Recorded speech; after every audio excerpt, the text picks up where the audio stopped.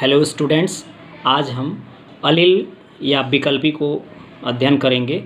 अलिल की परिभाषा अगर देखते हैं तो किसी भी लक्षण के तुलनात्मक रूपों के कारकों या जीन्स को अलिल कहते हैं और ये अलिल समजात गुणसूत्र पर समान स्थान पर पाए जाते हैं किंतु भिन्न लक्षण प्रदर्शित करते हैं।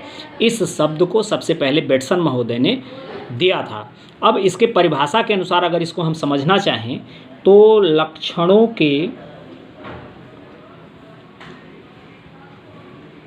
तुलनात्मक रूपों के कारकों या जीन्स, अगर हम इसका उदाहरण लें, तने की लंबाई।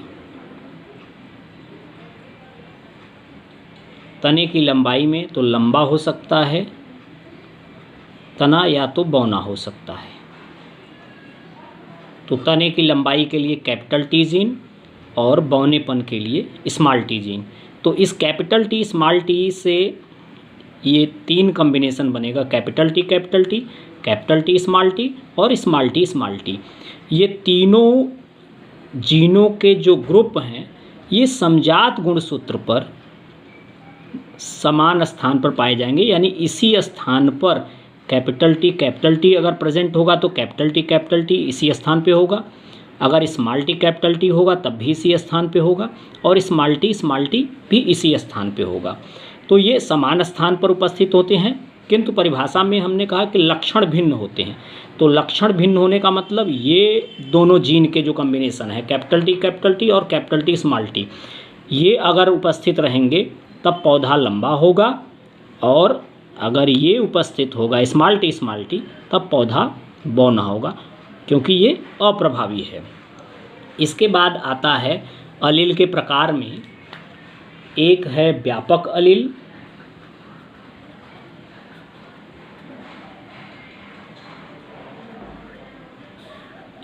वाइल्ड टाइप, और एक है उत्परिवर्तित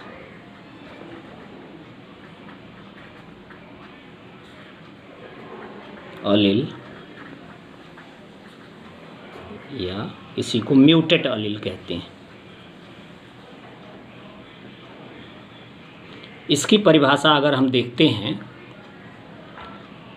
तो जो अलिल समष्टि में व्यापक रूप से पाया जाता है उसे जंगली अलिल या व्यापक अलिल कहते हैं, और 1 या 1% से कम जो समष्टि में पाए जाते हैं वह उत्परिवर्तन के द्वारा बनते हैं, उसे उत्परिवर्तित अलिल कहते हैं। अर्थात अगर पॉपुलेशन में अधिक मात्रा में जो अलिल उपस्थित होते हैं उसको व्यापक अलिल या वाइल्ड टाइप या जंगली अलिल कहते हैं, और जो उत्परिवर्तन के परिणाम स्वरूप 1 या 1% से कम पाए जाते हैं उनको उत्परिवर्तित अलिल या म्यूटेट अलिल कहते हैं।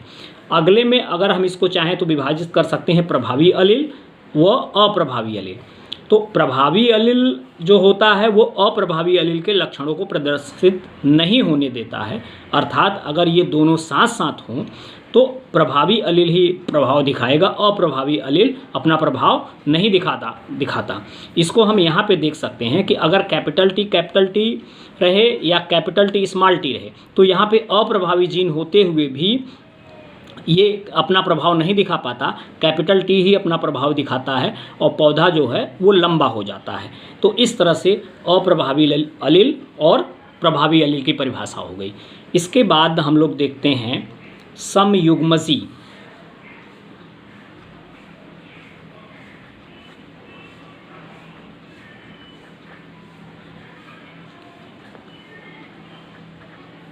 होमोजाइगस,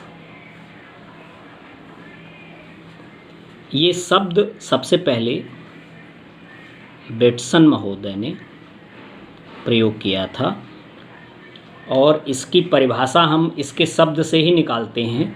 सम माने होता है समान, युग माने होता है जोड़ा। तो इसकी परिभाषा क्या हो जाएगी कि अगर जीन रूप किसी भी जीन रूप में दोनों जीन समान हों तो उसको क्या कहेंगे? उसको समयुग्मजी कहेंगे। तो दोनों जीन समान, या तो कैपिटल आर दोनों कैपिटल हो सकते हैं या दोनों स्मॉल हो सकते हैं। अगर दोनों कैपिटल होंगे तब इसको बोलेंगे प्रभावी समयुग्मजी।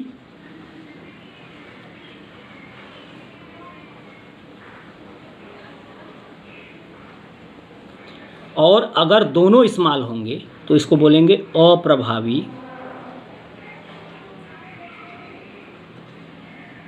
समयुग्मजी। तो इस तरह से शब्द से ही हम इसको जानने का प्रयास करते हैं। सम माने समान, युग्म माने जोड़ा। तो अगर जीन रूप में दोनों जोड़े समान हों, अर्थात या तो दोनों प्रभावी हों या तो दोनों अप्रभावी हों, तो उसको समयुग्मजी कहेंगे। अगला टर्म है विषम युग्मजी। शब्द से हम इसको देखते हैं। विषम माने होता है असमान, युग्म माने जोड़ा, अर्थात किसी भी जीन रूप में उपस्थित दोनों अलील असमान हों तो उसे क्या कहते हैं? विषम युग्मजी।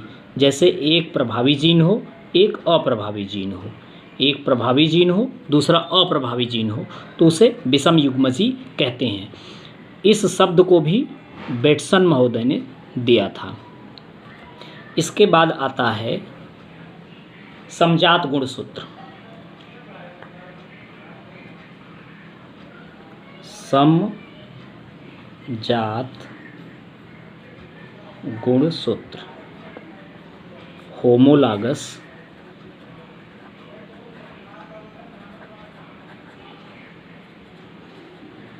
क्रोमोसोम।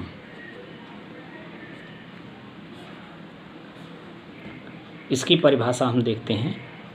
सम माने समान, जात माने समान जात के गुणसूत्र, अर्थात लैंगिक जनन करने वाले जीवों में गुणसूत्र जोड़े में पाया जाता है और यह जोड़े में से एक गुणसूत्र पिता के द्वारा, फादर के द्वारा, और एक गुणसूत्र मदर के द्वारा प्राप्त होता है। और ऐसे गुणसूत्र के जोड़ों पर समान सेट जीन के समान क्रम में पाए जाते हैं तो उसे समजात गुणसूत्र कहते हैं। अर्थात समान सेट समान क्रम में अगर गुणसूत्र के जोड़े पर उपस्थित होते हैं तो उसको समजात गुणसूत्र कहते हैं। लेकिन यह समान क्रम में उपस्थित होने के साथ साथ समान अलील हों ये जरूरी नहीं है। समान अलील उपस्थित हों जरूरी नहीं है।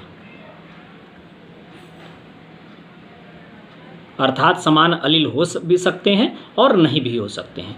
तो इस तरह से हम एक सिंपल संरचना के द्वारा इसको देखते हैं। ये है समजात गुणसूत्र।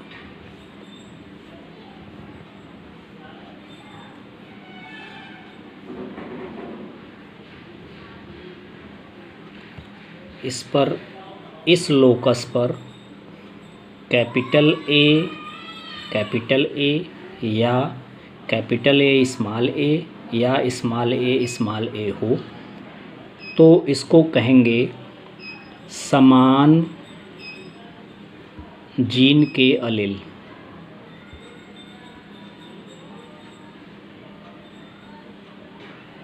अगर यही बी हो, दूसरा सी हो तो इसको बोलेंगे असमान जीन के अलील।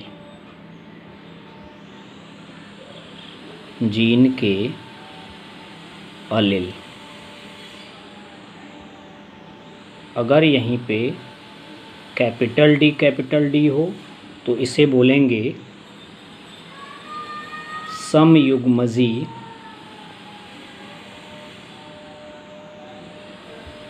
प्रभावी अलील।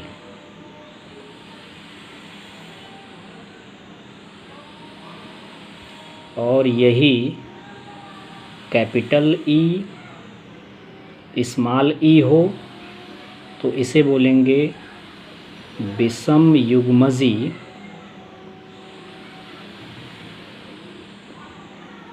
अलील। अगर यही स्मॉल एफ हो तो इसे बोलेंगे समयुग्मजी अप्रभावी अलील।